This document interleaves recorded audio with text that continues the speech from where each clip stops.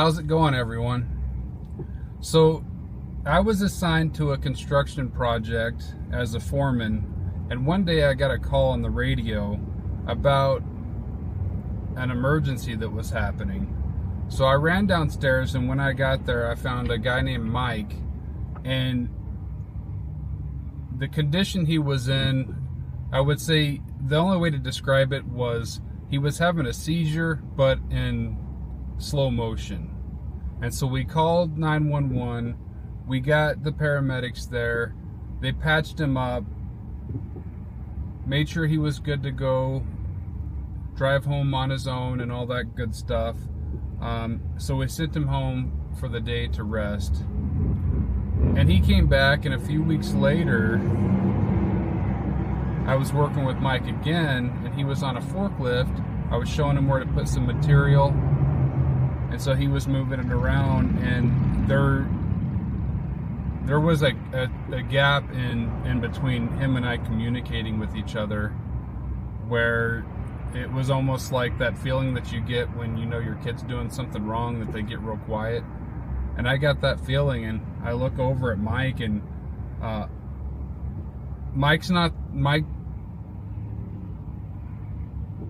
could see Mike's face, and Mike wasn't there, is the best way to put it. And so I look at him and I yell at him. I'm like, Mike, put it in park. Put the forklift in park. And he had enough ability to get that forklift put in park. And by the time I got over to him, he was pretty much gone. In terms of understanding what was going on.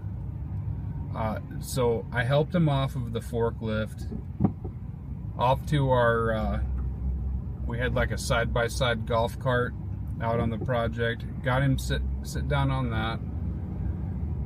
Called the paramedics again. Paramedics come out, help Mike out, get him back on top of things. Make sure he's safe to drive, send him home for the day. And I asked the paramedics before they left, I said, what do we need to do to help him? He said, well, we give him glucose. The best thing you can do for him if this happens is just find some sugar for him. Make sure that it's not something he's going to choke on, but make sure you can get him some sugar.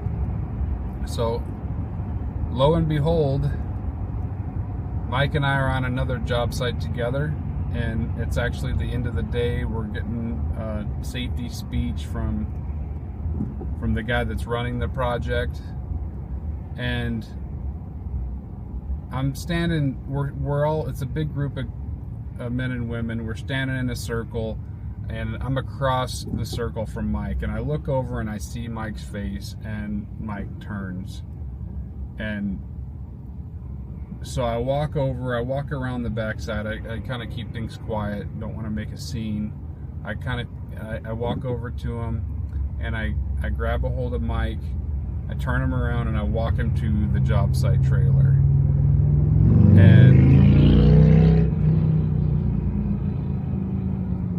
when we get to the trailer, first off, somehow Mike's got his tool bag on his shoulder, lifted up, holding it on his shoulder, and this thing weighs like 100 pounds. I don't know how the guy was even functioning at that point, because he couldn't really communicate.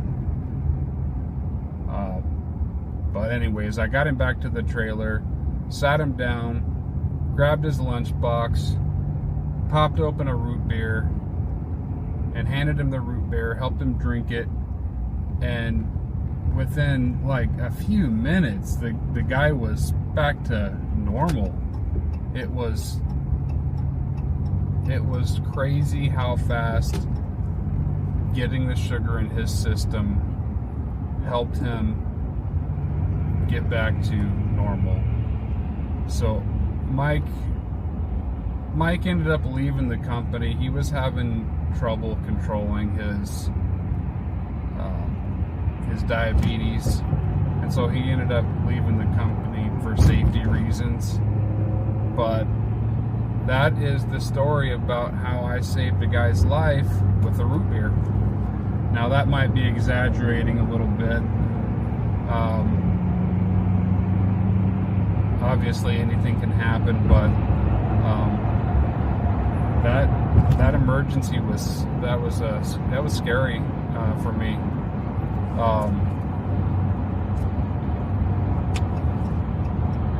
Let's see.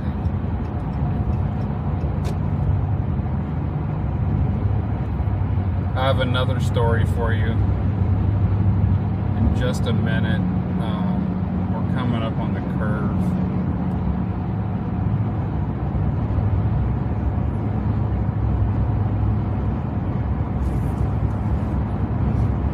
Alright, hang tight.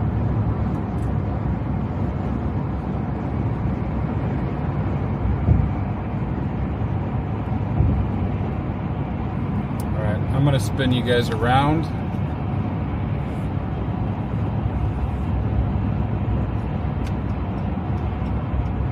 So,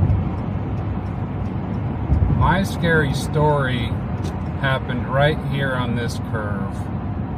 And so the road was wet, and I was coming around this curve just like so, and on my left hand side I see a car stuck in the rocks, and so I pull over on the right hand side and then run across the freeway and attempt to help the guy. And while I'm attempting to help the guy, another car comes sliding to a stop just feet away from where we were standing. It's like, oh my God. So that guy gets out and we try to help the first guy, and then here comes a truck. It's a box truck. It's not a full-size semi, but just screeching to a stop. And I couldn't say anything. The only thing I could do was turn around and run. And I think the other guys got the hint, because when they saw me turn around and run, they turned around and ran. And that was one of the scariest things. That box truck didn't hit anybody, and he ended up stopping a few feet from the car behind him. But like, that was a day that could have terribly gone wrong for me and the other guys involved in that mess. The roads here in Las Vegas are very oily, and so whenever it rains, the roads are super slick. I'm wondering what this cloud of black smoke sitting over the Mandalay Bay right there is. I don't see anything on fire. Don't know where it's coming from. It's just kind of hovering there. It doesn't look like a cloud. It's not cloudy. It looks like something was on fire.